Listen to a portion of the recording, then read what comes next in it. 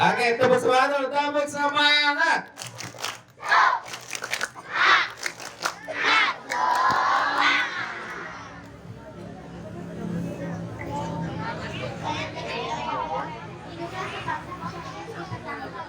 Mereka tinggal di sebuah desa dengan bahagia. Sayangnya, mereka belum dikaruniai seorang anak. Tiap hari, mereka berdoa agar segera diberi seorang anak. Suatu hari, seorang raksasa melewati tempat tinggal mereka. Raksasa itu mendengar doa suami istri itu. Raksasa itu kemudian memberi mereka cincin. Tanamlah biji ini nanti kau akan mendapatkan seorang anak perempuan, kata raksasa. Terima kasih raksasa, kata suami istri itu. Tapi ada syaratnya, pada usia 17 tahun, anak itu harus kalian serahkan padaku, sahut raksasa. Suami istri itu sangat merindukan seorang anak, karena itu tak dipandang mereka setuju.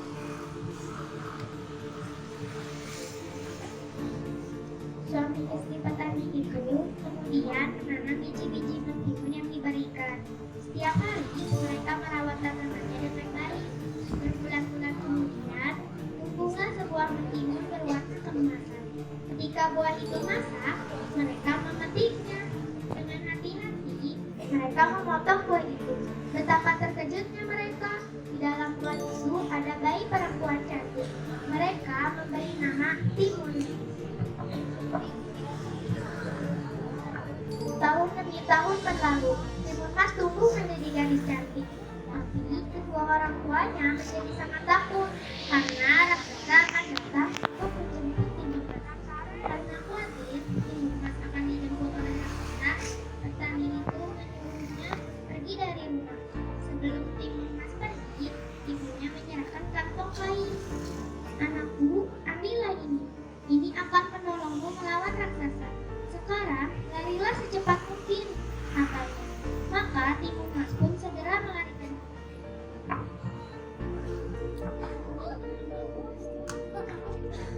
Sesuai dengan janjinya, datanglah raksasa ke rumah Timun Mas. Ia marah ketika mengetahui Timun Mas melarikan diri. Lalu, dikejarnya Timun Mas. Ketika semakin dekat, Timun Mas segera mengambil segenggam garam dari kantung kainnya. Lalu garam itu ditaburkan ke arah raksasa. Tiba-tiba sebuah laut yang luas pun terhampat. Raksasa terpaksa berenang dengan susah.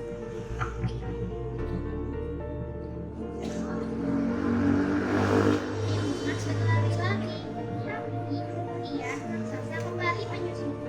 Timun Mas kembali mengambil benda ajaib dari kantongnya. Ia mengambil segenggam cabai. Cabai itu dilemparnya ke arah raksasa. Seketika, pohon dengan ranting dan duri yang tajam menangkap raksasa. Raksasa berteriak kesakitan, sementara Timun Mas berlari.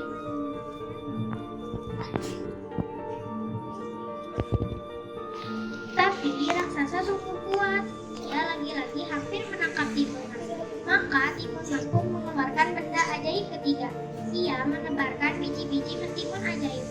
Ketika tumbuhlah kebun mentimun yang sangat luas, raksasa sangat letih dan kelaparan. Ia pun makan mentimun-mentimun yang segar itu dengan lahap. Karena terlalu banyak makan, raksasa pun tertidur.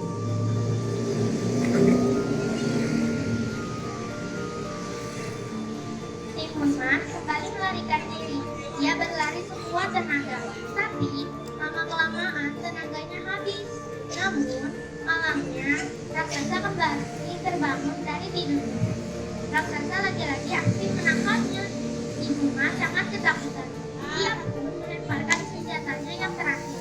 Menggenggam terasi udang, lagi-lagi terjadi keajaiban. Sebuah danau lumpur yang luas terhambat.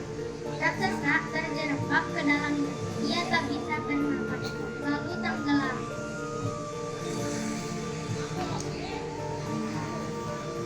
Timun Mas lega, ia telah selamat. Timun Mas pun kembali ke rumah orang tuanya.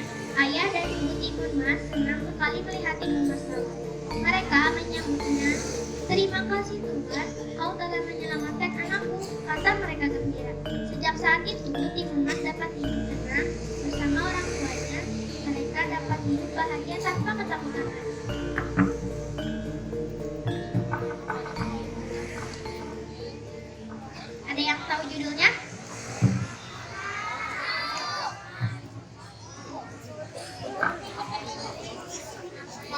Oke. Cek. Oke, kita kasih tepuk salut, tepuk salut.